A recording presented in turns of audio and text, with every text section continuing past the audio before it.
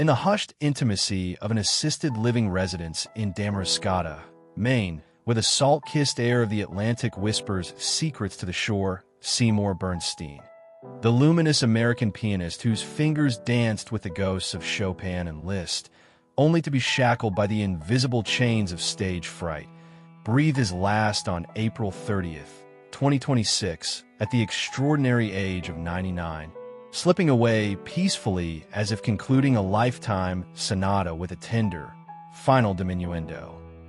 No dramatic illness stole him abruptly. Reports from close friend Bill Finizio paint a portrait of natural passage after nearly a half-century of teaching triumphs. His body simply laying down the instrument it had wielded with such poetic precision, leaving the classical music world to mourn a sage whose 2014 documentary revival under Ethan Hawke's lens had reintroduced his gentle wisdom to a new generation of dreamers and doubters. The ache ripples outward like a lingering pedal note.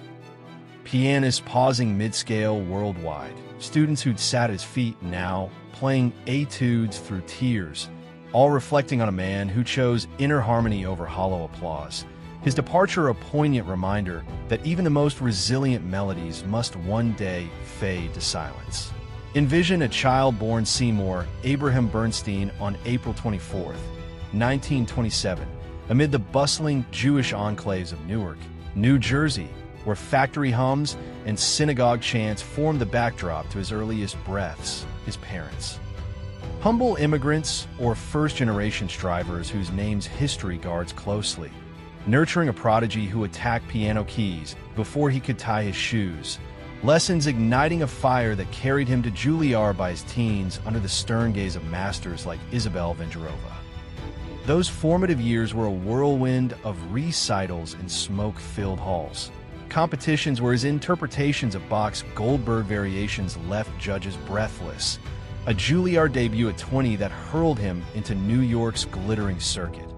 Carnegie Hall bows by the 1950s, European tours where Parisian critics dubbed him the American poet of the Ivories. Recordings for Columbia capturing his crystalline touch on Debussy and Ravel that still haunts Spotify playlists today. Yet genius bore thorns. Stage fright, that cruel specter, gripped him from his 20s. Heart pounding like timpani before curtain rise, hands trembling not from nerves but existential dread. The paradox of a performer whose private practice sessions soared to sublime heights while public spotlights dimmed his light, culminating in his self-imposed retirement from the concert stage at 50 after a poignant 1977 farewell, trading ovations for the quiet alchemy of the classroom. What followed was no defeat but reinvention. A master teacher whose Manhattan studio became hallowed ground, mentoring generations at Juilliard, Curtis Institute, Manhattan School of Music, even guest spots at USC and UCLA, his philosophy distilled in seminal books like 20 Lessons for the Aspiring Pianist and Secrets of the Stage, where he dissected not just technique, but the soul's dialogue with sound, urging pupils to play as if no one's listening, yet for the universe entire. He composed, too, chamber works, orchestral miniatures, vocal songs infused with Jewish melody and modernist edge, premiered in intimate salons rather than grand halls, his scores gathering dust no more thanks to Hawke's Seymour. An Introduction, a 2015 film that captured his twinkling eyes, wry humor, and 88-year-old fingers still coaxing miracles from a Steinway, catapulting him to festival Q&As and TEDx stages in his 90s, where he'd quip, "I quit performing to save my sanity, but teaching? That's my eternal encore." Awards piled like autumn leaves.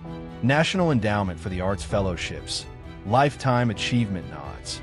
Yet Seymour shunned the pedestal, his influence rippling through protégés like Lang Lang admirers or indie virtuosos citing his anti-perfectionist creed. Embrace the flaw, let music heal. Never married. No wife graced his journey. No children carried his surname. Seymour's family was the keyboard's 88 souls, his intimate world a chosen solitude unbroken by romance's complications, though deep bonds with siblings, details veiled in privacy. And a constellation of devoted students filled the voids, Nieces and nephews perhaps visiting his Upper West Side area for Passover piano duets or Hanukkah Beethoven sonata marathons. Those chosen family gatherings, small circles of Juilliard alums breaking challah over coffee, dissecting Prokofiev with laughter, sustained him through decades alone. His later years in Maine a deliberate retreat to nature's quiet, where waves lapping the coast mirrored his inner calm. Friends like Finizio ensuring groceries and gossip arrived. No lavish dynasty, but a legacy etched in inspired lives rather than bloodlines. In a field rife with scandalous affairs and fractured homes, Seymour's celibate devotion to art evoked monastic purity, his documentary Confessions revealing a man at peace. Love? My fingers found all I needed in the keys. Fortune for this unflashy icon hovered modestly at $1 to $5 million, accrued not from sold-out tours but steady teaching fees from elite conservatories, $200 per hour masterclasses, royalties from self-published method books that outsold some pop sheet music, occasional commissions, and prudent nest eggs from early recording residuals. Enough for comfort, never opulence. His lifestyle whispered of disciplined elegance. A pre-war Manhattan apartment stacked floor to ceiling with scores yellowed by time. A Bosendorfer grand dominating the living room for dawn improvisations. Wardrobe of crisp button-downs, tweed jackets, and loafer scuff from subway treks to lessons. Summers in Maine's coastal idle post. 2015 fame. Renting simple cottages for lobster bakes and beachside Chopin. Eschewing jets for Amtrak. Fine wines swapped for instant Folgers during marathon practice blocks. No yachts or Hampton sprawls. Wealth funneled into piano endowments for underprivileged kids. His daily ritual a Spartan joy. 8 a.m. black coffee and Bach. Afternoons molding minds. Evenings lost in Brahms revisions or film noir on TCM. A 99-year-old still rising at dawn in 2026 to scale arpeggios. Vitality defying calendars until the final hush. Delving into Seymour Bernstein's Odyssey stirs a profound, bittersweet resonance. A life spanning depression grit to digital doku stardom, where stage Fright's cage birthed teaching's liberation.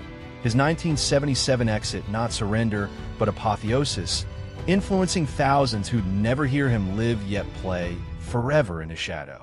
At 99, his passing in that Maine haven evokes tender finality. No tubes or turmoil, just rest after outliving peers like Horowitz. His final days perhaps fingering phantom keys, whispering peddling secrets to the sea, leaving admirers to ponder the what-ifs of unwalked stages while celebrating the profundity he poured into private realms. Hawke's film immortalized his serenity. Now obituaries echo it. Hearts heavy yet healed by his example. Embrace fear. Choose authenticity. Let art be the lover who never leaves.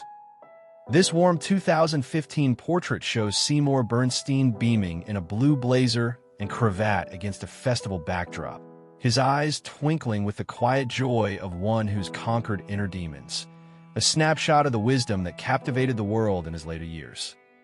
If Seymour Bernstein's poignant symphony of struggle, solitude, and sublime artistry tugged at your soul or inspired your own hidden talents, please hit that like button to let his notes resonate further, and subscribe for more deeply moving biographies of quiet giants who reshaped their worlds from the shadows. Turn on notifications so the next story strikes your heart unmissed. Rest in eternal harmony. Seymour, your lessons echo on every key forever.